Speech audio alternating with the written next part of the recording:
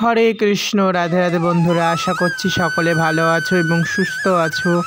আজকে মুখ্যদা একাদশী, তাই মুখ্যদা একাদশীর দিন আমাদের রাধা মাধবের স্নান দর্শন করো এবং সকল সোনাদের স্নান দর্শন করো। একাদশী আমি করতে পারিনি, মনে একটু দুঃখ থাকলেও তাও স্নান তো করিয়েছি গোবিন্দকে, এটাই আমার যথেষ্ট।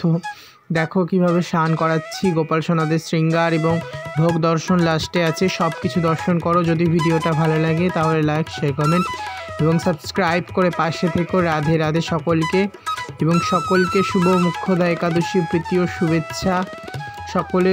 আর আজকে যেহেতু গীতা জয়ন্তীও, তার জন্য আজকে গীতা জয়ন্তীও অনেক অনেক শুভেচ্ছা সকলকে। সবাই বেশি বেশি করে গীতা পাঠ করো, যারা পারবে গীতা দান করো, আর সকলে যারা পারবে না পাঠ করতে তারা শ্রবণ করো কারোর কাছ থেকে বা ফোনে।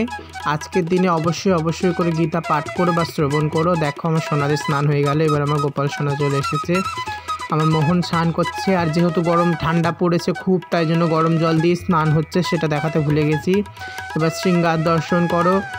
যেটুকু পেরেছি করেছি, শৃঙ্গার গোবিন্দ যেটুকু করিয়ে নিয়েছেন সেইটুকুই করতে পেরেছি। দেখো শৃঙ্গার দর্শন করো সোনাদের, এইটা তোমাদের সাথে শেয়ার করছি। এরপর শৃঙ্গার ভালো করে দর্শন করাবো, এখনও কিছু সাজাইনি সোনাদেরকে।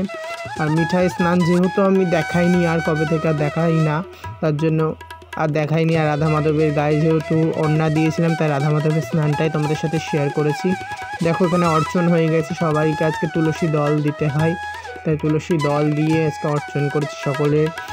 দেখো কেমন লাগছে শৃঙ্গারটা অবশ্যই জানিও। আমার মিঠাই রানীকে কেমন লাগছে অবশ্যই জানিও কমেন্টে।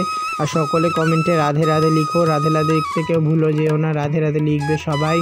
আর সবাইকে হরে কৃষ্ণ কৃষ্ণ কৃষ্ণ হরে হরে, হরে রাম রাম রাম হরে হরে। जय जय श्री मुख्यदा एकादशी महोत्सव की जय। जय जय श्री राधे श्याम, सबको मिले श्री वृंदावन धाम। जय जय श्री राधे।